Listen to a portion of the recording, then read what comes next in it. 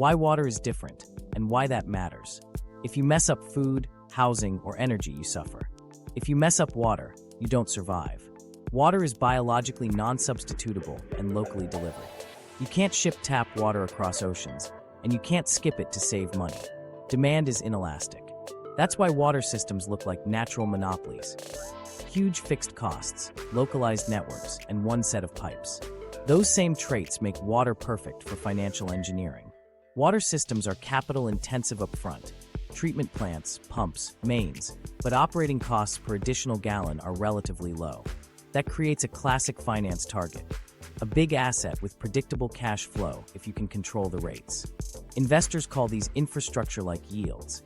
They want long-duration, inflation-linked, low-volatility returns.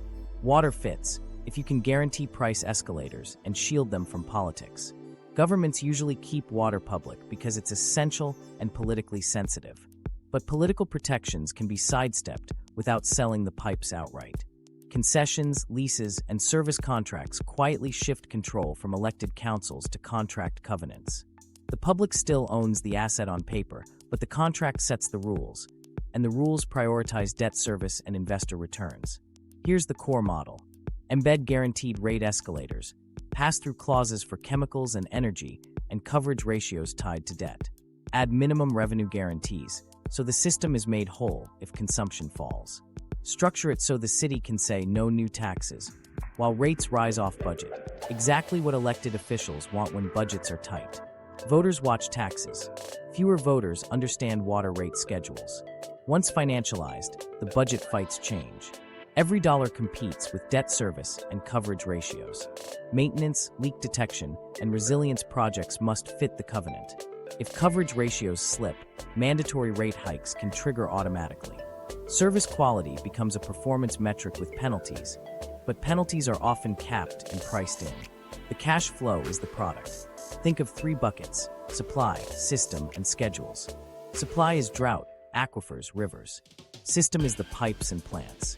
Schedules are the back pages of the contract: rate escalators, pass-throughs, and reserve requirements. Most people stare at supply and system. Finance stares at schedules because that's where returns live. Remember this: the schedules decide the bill far more than the weather.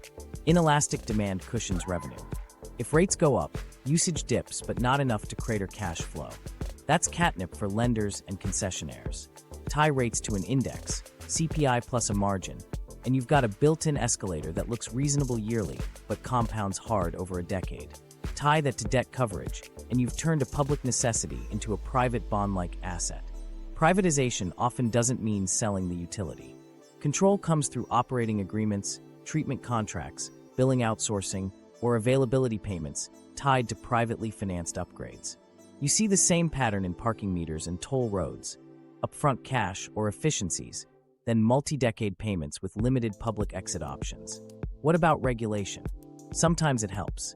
But contracts can assign disputes to arbitration, narrow regulatory scope, or set formulas regulators can't easily alter. And when a city signs bonds or private debt, covenants can outrank political promises. Bondholders don't vote, but their contracts do. A mid-sized city defers maintenance. Leakage climbs. A concessionaire offers capital, efficiencies, and stability. Rates rise modestly, then CPI plus escalators kick in. A dry spell tightens coverage, automatic hikes trigger. 10 years later, bills are up sharply, leaks improved but not solved, and exit costs are prohibitive. The difference wasn't the rain. It was the schedules. Bottom line, biology creates inelastic demand. Engineering creates natural monopoly. Politics pressures, no new taxes. Finance turns those pressures into guaranteed escalators. See that, and the rest of the playbook makes sense. How investors control cash flow without owning every pipe, how rates spike after modernization, and why maintenance competes with debt service. Next, the playbook, so you can spot it before it lands in your mailbox. The modern water playbook: control without ownership. Here's how control shows up without a sale sign on the pipes. First lever: long-term concessions and leases. A private operator takes over day-to-day management, collects bills, promises upgrades, and pays an upfront fee to the city. On paper, the city still owns the assets. In reality, The contract sets performance standards, fee schedules, and most important, rate formulas. The operator earns fixed management fees plus bonuses for efficiencies. The quiet part is the escalator math. CPI-linked increases, volume bands, and penalties that are cheaper to pay than to overhaul old mains. Second lever, service contracts that slice the utility.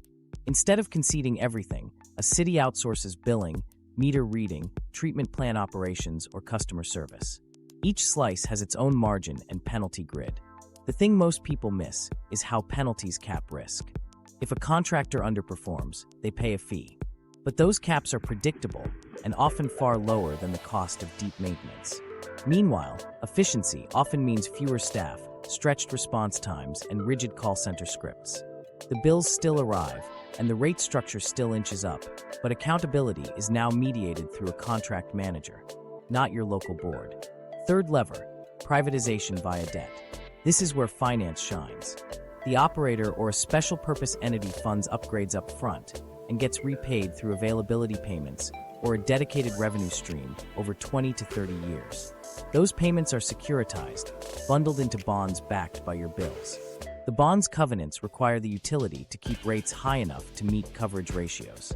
If consumption drops in a drought or recession, rate covenants kick in. Prices rise to protect bondholders. Politically, leaders say, no new taxes. Financially, you've accepted a mandatory escalator in the fine print.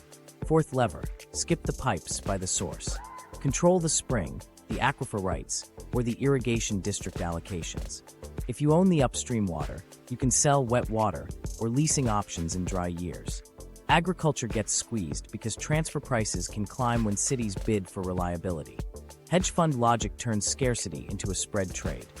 Carry rights at low cost in wet years, then lease at a premium when rivers run low. The result lands on urban bills and farm margins alike. Not because treatment got pricier, but because the input is scarce and financialized. Here's the quiet lever most residents never see. Rate covenants tied to debt service coverage. It reads like this: maintain 1.2x or 1.3x coverage, or implement rates to restore it. That language forces automatic hikes when volumes or revenues dip. It also changes management incentives. Leak detection, pressure reduction, and conservation programs save water but can soften revenue.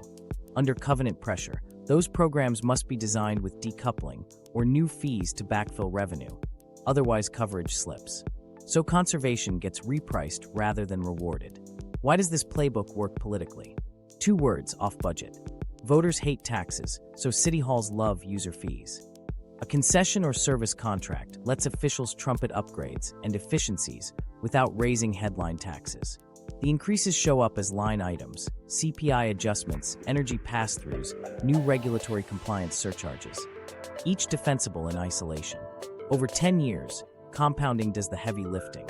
And because many contracts shift disputes to arbitration or restrict unilateral changes, a new council can't easily roll back the formulas without triggering termination penalties. Let me show you how the pieces lock together. A city signs a 25-year operations contract. The operator commits to a CAPEX program financed with private debt, recovered through availability payments. The contract includes pass-through clauses for chemicals, electricity, and labor contracts. Any increase flows directly to bills. The bond indenture requires a 1.25x coverage ratio. The rate ordinance adopts CPI plus a margin. If consumption falls below forecast, the coverage test fails, and the ordinance automatically ratchets rates. If residents complain, the city points at the covenant, the operator points at the pass-throughs. Everyone's hands are tied. Now, the game changer nobody talks about is metering technology and vendor lock-in. Smart meters, billing platforms, and proprietary analytics create switching costs. The operator or tech vendor embeds a license, maintenance schedule, and data fee. Even if the city regains operations, it's stuck with the platform, or pays dearly to migrate. That's control without touching a pipe. You might be thinking, can't regulators block this? Sometimes. State utility commissions regulate investor-owned utilities, but municipal systems often sit outside or in lighter regimes. And even, where regulators have teeth, pre-agreed formulas and arbitration venues limit intervention. The strongest check is sunlight. publishing full schedules, not summaries, modeling compounding escalators, and testing emergency scenarios against the covenant stack. If you remember nothing else from this playbook, remember this. Ownership is optional when you control cash flow triggers. Concessions, slices of service, private debt, source rights, and rate covenants form a system. Each piece is defensible on its own. Together, they turn your water into a predictable annuity. Next, we'll ground this with cases where bills exploded and why the paper, more than the rain, made it happen. Case study cluster, when rates explode after deals. Let's anchor this with patterns you'll recognize. A Midwestern city signed a 30-year operations concession with a headline promise: stable rates and modernized infrastructure. The fine print set CPI plus escalators, pass-throughs for energy and chemicals, and a 1.25x coverage covenant on new private debt. Year 1, rates ticked up 3%. Year 5, compounding kicked in and drought shaved consumption. The coverage test failed. Automatic increases triggered. By year 10, typical household bills had jumped dramatically while non-revenue water, leaks, was still well above best practice. The paper, not the rainfall, drove the rise. Here's the parking meter style lesson applied to water. Cities love upfront cash. A famous meter lease traded quick money for decades of rising fees. Water copies that logic with availability payments. One coastal town took an 8-figure upfront concession fee in exchange for 25 years of operations and a CAPEX program. Residents saw new meters and a rebranded call center, great optics. But the repayment was embedded in long-run charges and CPI-linked formulas. 5 councils later, the fee was long forgotten, but the escalator kept compounding, quietly transferring today's political relief into tomorrow's household burden. Now the regulatory compliance move. Deferred maintenance meets stricter standards, and the operator finances upgrades fast: membrane filters, PFAS treatment, nitrification control. Necessary work, no doubt, but the cost recovery walks in through compliance surcharges. They're framed as temporary, yet the base resets higher, and the surcharge often persists or morphs. The thing most people miss is the stack: base rate plus CPI, plus energy, plus chemicals, plus compliance. Each layer seems reasonable alone. Together, they produce a stair-step bill path few families can plan around. Common mistake number 1: ignoring termination penalties and non-compete clauses. A large suburb wanted out after service dissatisfaction and rising rates. The contract imposed a termination payment tied to the net present value of remaining fees, plus a non-compete that limited rebidding without reimbursing stranded investments. The exit price was politically impossible. They stayed, negotiated cosmetic adjustments, and the escalation formulas lived on. Once you sign a deal where exit equals budget implosion, leverage flips permanently. Microstory time. A resident named Maria watched her bill more than double over a decade. She reduced usage, swapped fixtures, and still couldn't keep up. Her street had chronic leaks. Crews patched, but main replacement lagged because CAPEX targets prioritized treatment plant upgrades that improved regulatory metrics faster than digging up old cast iron. Customer service scripts blamed drought and industry-wide cost increases. The truth was in the schedules: CPI plus escalators, mandatory coverage hikes, and pass-throughs. Staffing efficiencies show up as service transformation. A city on the East Coast outsourced billing and meter reading. The contractor hit headcount targets, but shutoff notices spiked when estimated reads and new billing cycles collided. Meanwhile, field response times stretched as crews covered larger zones. The operator paid small penalties, but they were forecastable and cheaper than reversing the labor model. Ratepayers felt the pain in both service and price, while the contract manager pointed to KPI compliance and the unavoidable escalator math. Another pattern: privatization by performance failure. A utility runs years behind on main replacements. Leakage is high, public trust is low. A private partner arrives with capital and a dashboard. At first, it's an improvement: faster repairs, cleaner water reports. But look at who gets paid first. The availability payment is senior. When a dry year crimps volumes, the covenant demands a rate hike before increasing leak detection spend. Resilience loses to ratios. The operator stays in compliance. Yet the long-term water loss barely budges because the fastest financial wins aren't the deepest fixes. Don't sleep on venue selection and arbitration. One city discovered meter overbilling tied to firmware glitches. They sought broad restitution. The contract funneled disputes to private arbitration with limited discovery and capped damages. Residents got partial credits. The platform stayed. The lesson is simple. Where you fight determines what you can win. If the venue narrows remedies, escalators remain intact. You'll also see minimum revenue guarantees. A drought-conscious community nailed conservation, beating usage forecasts. The finance stack backfilled the shortfall through a reliability fee to satisfy bond coverage. Households used less and paid more. That's not a glitch, it's the model. Demand risk moves from investors to ratepayers by design. If you remember nothing else from these cases, remember this. Contracts create the staircase. Upfront cash, CPI plus formulas, pass-throughs, coverage covenants, and exit penalties combine into predictable upward pressure. Weather chemistry and wages provide the story. The schedules provide the slope. The fix isn't wishful thinking. It's negotiating terms that put maintenance and affordability before debt service when stress hits, and refusing deals where leaving costs more than staying. Buying the source, water rights, agriculture, and land. Control doesn't stop at the meter. The smarter move is upstream. Own the source, and you set the price of reliability. This is where agriculture, land, and legal water rights fuse into a market. Instead of buying pipes, investors buy priority rights tied to rivers and aquifers, then decide who gets water, when, and at what premium. The utility still delivers, but the input cost is no longer just nature and pumps. It's a contract with someone who profits when scarcity bites. Start with how rights work. In many regions, surface water rights are prioritized by seniority. First in time, first in right.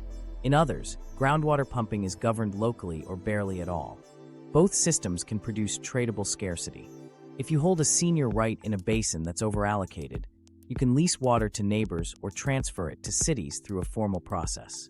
The thing most people miss is that these transfers often include carriage losses, fees, and timing rules, which turn logistics into pricing power. Now tie this to farmland. Irrigated acreage isn't just dirt and trees. It's a bundle of water access. When investors buy farms in districts with reliable allocations, they aren't always chasing almonds or lettuce. They're buying a water option with a crop attached. In wet years, they farm and earn.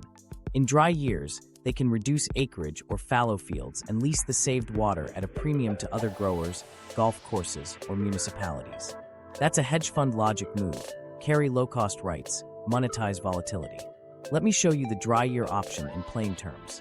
You pay to hold the right every year: taxes, assessments, basic maintenance. When reservoirs are full, leasing rates are modest. When drought hits, the lease price can spike. Selling a portion of your allocation in that moment can offset crop losses or beat farm returns outright. That spread is the business. And once financial players participate, price bands harden around expectations of scarcity. It's not about delivering bottles, it's about timing cash flows to hydrology. Groundwater is trickier. Where pumping is lightly regulated, those with deep wells and capital can extract more, lowering water tables and pushing neighbors to drill deeper or buy imported surface water.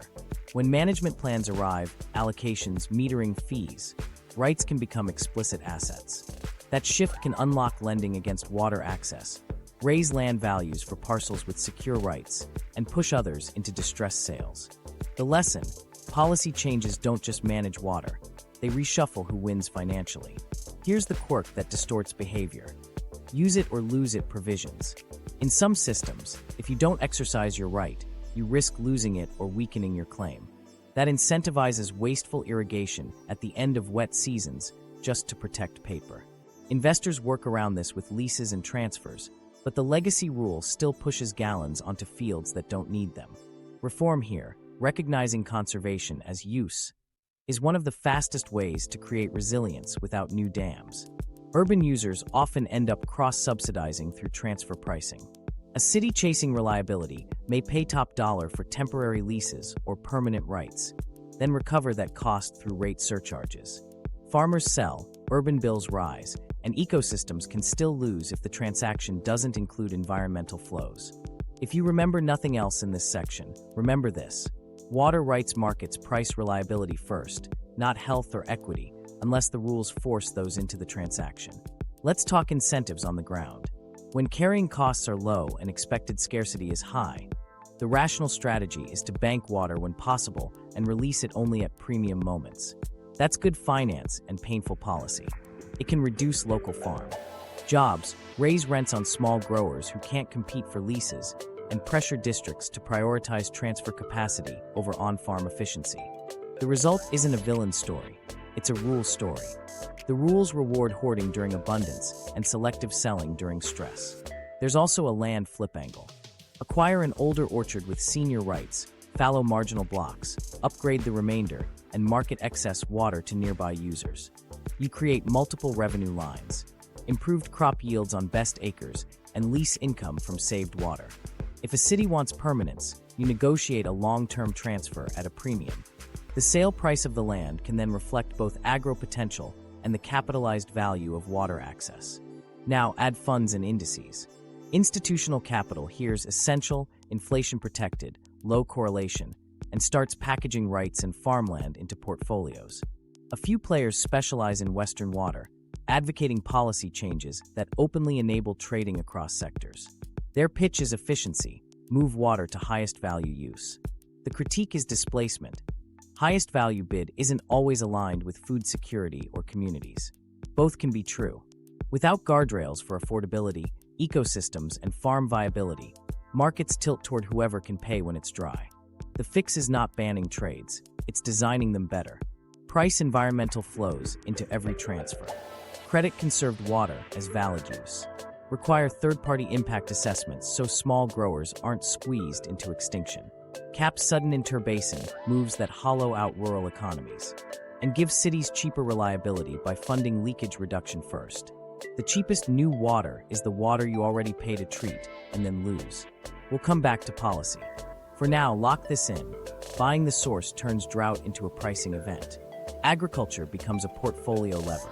Cities pay for reliability through your bill, and ecosystems pay when rules ignore them. Once water is an asset class upstream, every downstream contract inherits that logic.